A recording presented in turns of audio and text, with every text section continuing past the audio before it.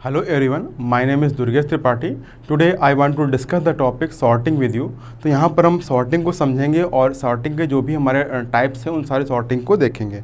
तो जैसे यहाँ पर हमने डिस्क्राइब किया कि सॉर्टिंग का मतलब क्या होता है कि जो भी हमारी लिस्ट है उस लिस्ट में जो भी एलिमेंट्स हैं उन एलिमेंट्स को असेंडिंग और डिसेंडिंग ऑर्डर में अरेंज करने का जो प्रोसेस है वो हमारा सॉर्टिंग होता है। तो हमने इसको समझाने के लिए एक एग्जाम्पल लिया हुआ है। मान लीजिए हमें क्या करना है कि अपने फ्रेंड्स और रिलेटिव को किसी पार्टी के लिए इन्वाइट करना है।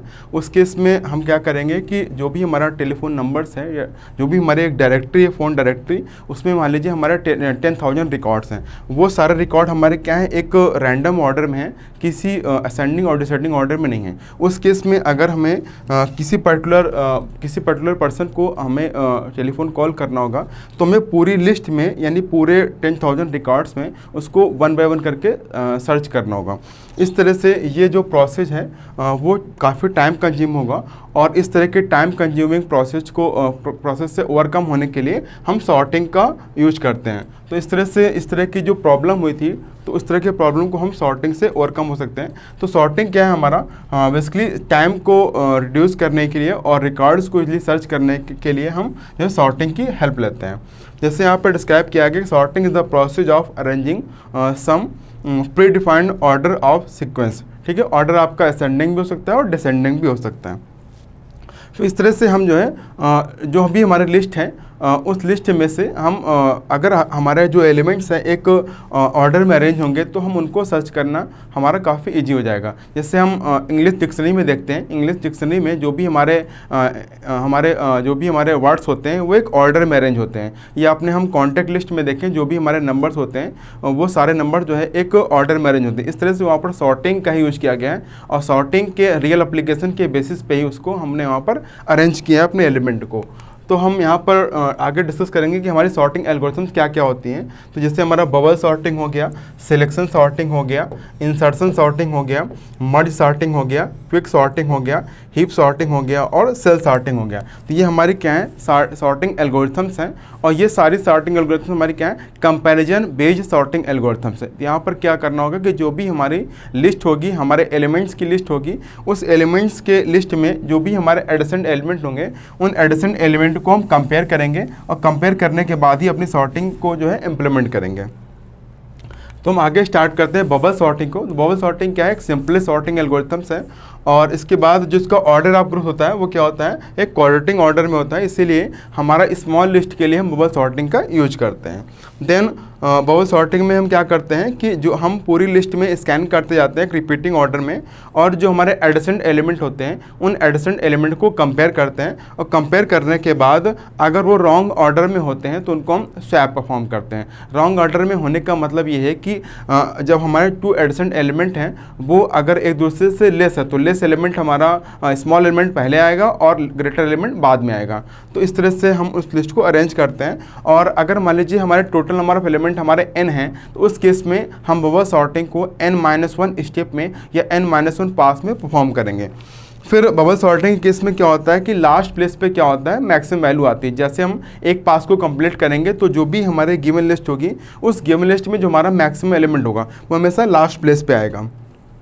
तो हम इम्प्लीमेंटेशन को स्टार्ट करते हैं और इम्प्लीमेंटेशन को स्टार्ट करने के लिए हम यहाँ पर एक लिस्ट लेते हैं और ये हमारी एक एरे की लिस्ट है। इस एरे की लिस्ट में हमारे एलिमेंट्स क्या हैं, 5, 2, 6, 7, 3 और हमने यहाँ पर इनके इंडेक्सेस को बेसिकली डिस्क्राइब किया है 0, 1, 2, 3, 4।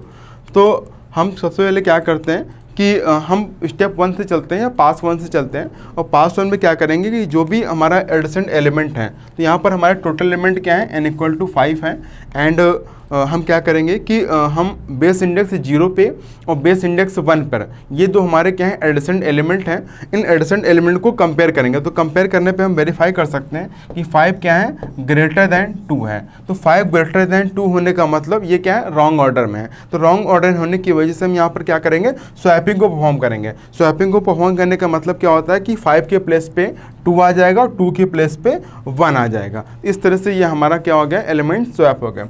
इसी तरह से हम क्या करेंगे, अपने प्रोसेस को आगे बढ़ाएंगे और हम बेस इंडेक्स 1 पे जो हमारा एलिमेंट है और बेस इंडेक्स 2 पे जो हमारा एलिमेंट है इनको हम क्या करेंगे, कंपेयर करेंगे। तो अब यहाँ पर हम देख सकते हैं कि हमारा बेस इंडेक्स 1 पे एलिमेंट 5 है और बेस इंडेक्स 2 पे हमारा एलिमेंट क्या है, 6 है। तो हम जब 5 और 6 को कंपेयर करेंगे तो ये ऑलरेडी हमारे करेक्ट ऑर्डर में है, तो करेक्ट ऑर्डर में होने की वजह से हम यहाँ पर स्वैपिंग को परफॉर्म नहीं करेंगे, यानी हमारे एलिमेंट का ऑर्डर क्या होगा, नो चेंज होगा। आगे मूव करते हैं और हम क्या करेंगे कि हम एलिमेंट जो हमारा बेस इंडेक्स 2 पर है और एलिमेंट जो हमारा बेस इंडेक्स 3 पर, इनको कंपेयर करेंगे। तो अगेन हमारे यहाँ पे जो भी एलिमेंट्स है वो सेम ऑर्डर में है। सेम ऑर्डर में होने का मतलब यहाँ पर भी क्या होगा कि हम अपने वैल्यूज को चेंज नहीं करेंगे, यानी यहाँ पर भी क्या होगा, नो चेंज।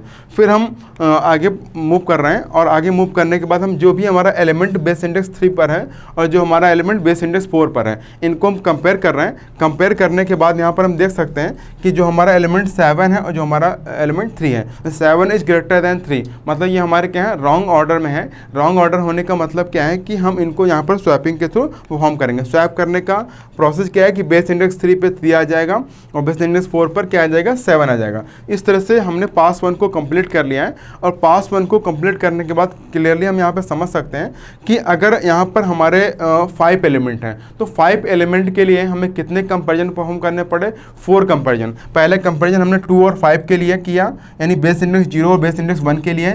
सेकंड कंपैरिजन हमारा बेस इंडेक्स 1 और बेस इंडेक्स 2 के लिए। थर्ड कंपैरिजन हमारा बेस इंडेक्स 2 और बेस इंडेक्स 3 के लिए। और फोर्थ कंपैरिजन हमारा बेस इंडेक्स 3 और बेस इंडेक्स 4 के लिए। इस तरह से टोटल हमें 4 कंपैरिजन परफॉर्म करने पड़ेंगे पास 1 में। और अगर हम स्वैप की बात करें तो स्वैप हमारा क्या है कि 0 भी हो सकता है और मैक्सिमम n-1 हो सकता है। बट इस एग्जांपल में हमने 2 स्वैप को परफॉर्म किया है, तो स्वैप के लिए कोई आपका फिक्स सर्टेन नहीं है। बट हम ये कह सकते हैं कि मिनिमम केस में हम 0 स्वैप परफॉर्म कर सकते हैं और मैक्सिमम केस में हम n-1 स्वैप परफॉर्म कर सकते हैं। इस तरह से इसको अगर हम जनरलाइज करें तो एज्यूम कर लीजिए अगर आपकी कोई लिस्ट है, उस लिस्ट में आपके n एलिमेंट हैं, तो पहले पास में क्या होगा कि आपको जो है n-1 कंपैरिजन परफॉर्म करने पड़ेंगे मैक्सिमम, और आपका 0 to n-1 जो स्वैप है वो आपके स्वैप्स हो सकते हैं। अगेन हम नेक्स्ट स्टेप में चलते हैं, यानी पास 2 की ओर चलते हैं। पास 2 में अगेन हमारे 5 एलिमेंट होंगे। जो लिस्ट हमारी पास 1 से निकल के आई है वो लिस्ट हमारी कहाँ पे मूव होगी, पास 2 में। पास 2 में भी हम ऐसे ही करेंगे कि जो भी एलिमेंट हमारे बेस इंडेक्स 0 पर है और जो एलिमेंट हमारा बेस इंडेक्स 1 पर है, यानी element at base index 0 and element at index 1, इनको कंपेयर करेंगे। तो कंपेयर करने के बाद अगेन अगर वो रॉन्ग ऑर्डर में है तो उनको स्वैप करना है, करेक्ट ऑर्डर में है तो उनको नो चेंज करना है। तो यहाँ पर भी हम देख सकते हैं कि ये करेक्ट ऑर्डर में है, इसलिए यहाँ पर हम कोई चेंज नहीं करेंगे। फिर हम क्या करेंगे, बेस इंडेक्स 1 और बेस इंडेक्स 2 के एलिमेंट को कंपेयर करेंगे। तो यहाँ पर हमारे एलिमेंट 5 और 6 हैं, ये भी हमारे क्या है, करेक्ट ऑर्डर में है। तो करेक्ट ऑर्डर होने का मतलब यहाँ पर हम नो चेंज। देन अगेन हम बेस इंडेक्स 2 और बेस इंडेक्स 3 को रिमूव करेंगे। तो एलिमेंट हमारे क्या है, 6 और 3। तो जब हम इनको कम के बीच में कंपैरिजन हमारा होगा तो 6 हमारा क्या है, ग्रेटर देन 3 है। तो ये हमारे क्या हुए, रॉन्ग ऑर्डर में हुए। रॉन्ग ऑर्डर में होने का मतलब यहाँ पर हमें स्वैपिंग को फॉर्म करना पड़ेगा। तो जब स्वैप करेंगे तो बेस इंडेक्स 2 पे हमारा 3 आ जाएगा और बेस इंडेक्स 3 पे हमारा क्या आ जाएगा, 6 आ जाएगा। इस तरह से आगे हम मूव होते हैं और मूव होने के साथ हम क्या करेंगे कि बेस इंडेक्स 3 और बेस इंडेक्स 4 को कंपेयर करेंगे।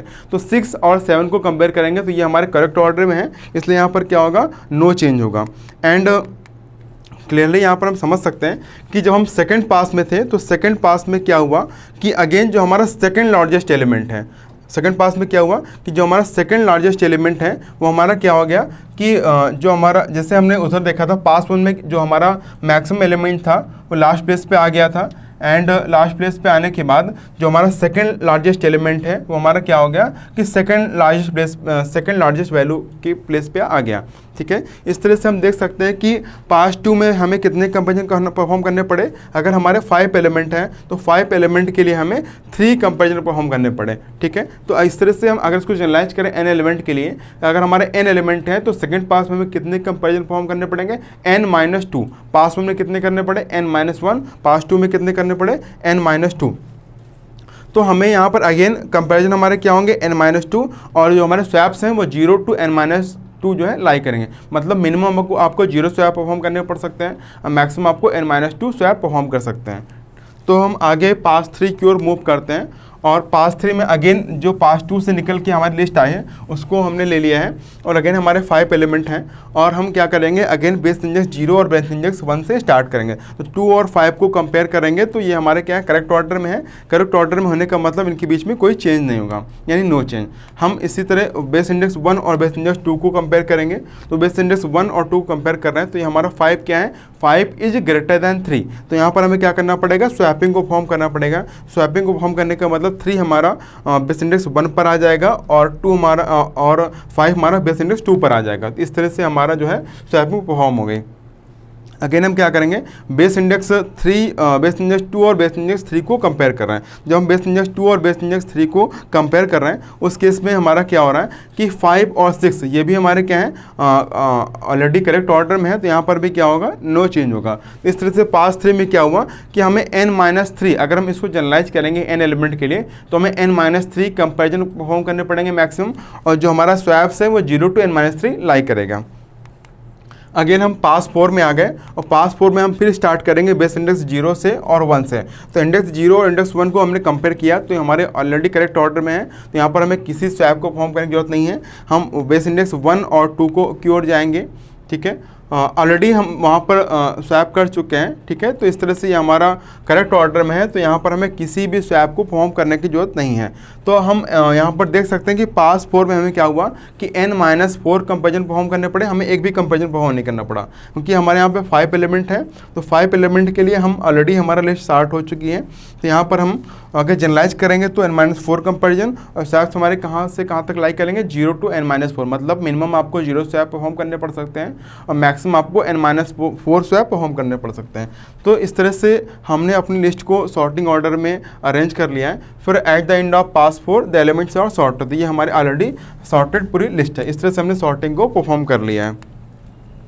हम आगे मूव करते हैं आपकी एल्गोरिथम की ओर। तो हमने स्टेप्स अभी देखे किस तरह से हम क्या कर रहे हैं कि हमने अगर हमारे n एलिमेंट हैं तो उन n एलिमेंट को हमने n-1 पास के थ्रू अपने सॉर्टिंग को इम्प्लीमेंट किया है, और इसके साथ ही साथ हम अपने कंपैरिजन और स्वैप को देखते जा रहे हैं कि पास 1 में हमें n-1 कंपैरिजन परफॉर्म करने पड़े, और पास 2 में हमें n-2 कंपैरिजन परफॉर्म करने पड़े, पास 3 में हमें n-3 कंपैरिजन परफॉर्म करने पड़े, एंड सो वन। इस तरह से हम मूव करेंगे। इस तरह से हमारे स्वैप्स की भी है मिनिमम 0 स्वैप और मैक्सिमम आपकी n-1 swap, n-2 swap, n-3 swap, ये आपके हर पास के लिए जो है वेरी करेगा।